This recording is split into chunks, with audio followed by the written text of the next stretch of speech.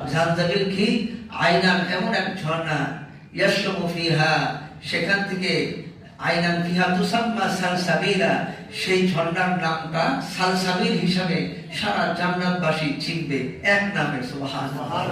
যেমন বর্তমানে বিশ্বে জমজম কূপ সারা পৃথিবীর মানুষ জমজম কূপ চিনে।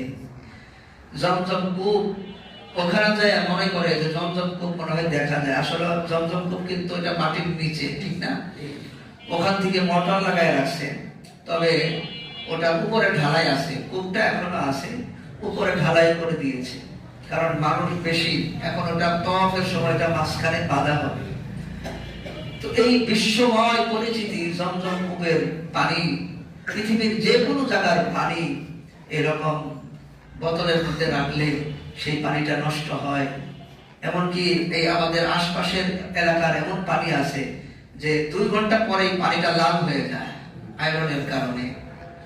কিন্তু জমজম কূপের পানি আপনি দীর্ঘদিন রাখবেন, খুব সহজে ওটা নষ্ট হবে না। সুবহানাল্লাহ। পরিষ্কার বোতল, টলটলা বোতল থাকবে। সুবহানাল্লাহ। বলেন যে ওই বাজারে তো পানি কিনতে পাওয়া যায়, ওটাও তো নষ্ট হয় না। ওটার মধ্যে কি দেওয়া আছে? মেডিসিন দেওয়া আছে না? ওটাই খান বেশি বেশি। এমন মেডিসিন যেটা ওই পানিকে নষ্ট হইতে দেয় না, এবং ওটা আপনার শরীরের জন্য উপকারী নয়, ঠিক কিনা? ওটা কিন্তু ক্ষতিকর।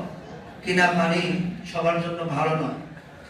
তো যাই হোক, এই যে সারা জান্নাতের মধ্যে এক নামে চিনবে সালসাবিল নামক পানি, সালসাবিল নামক ঝর্ণা থেকে পানি আনা হয়েছে, যেটার মধ্যে সালসাবিল মিশ্রিত।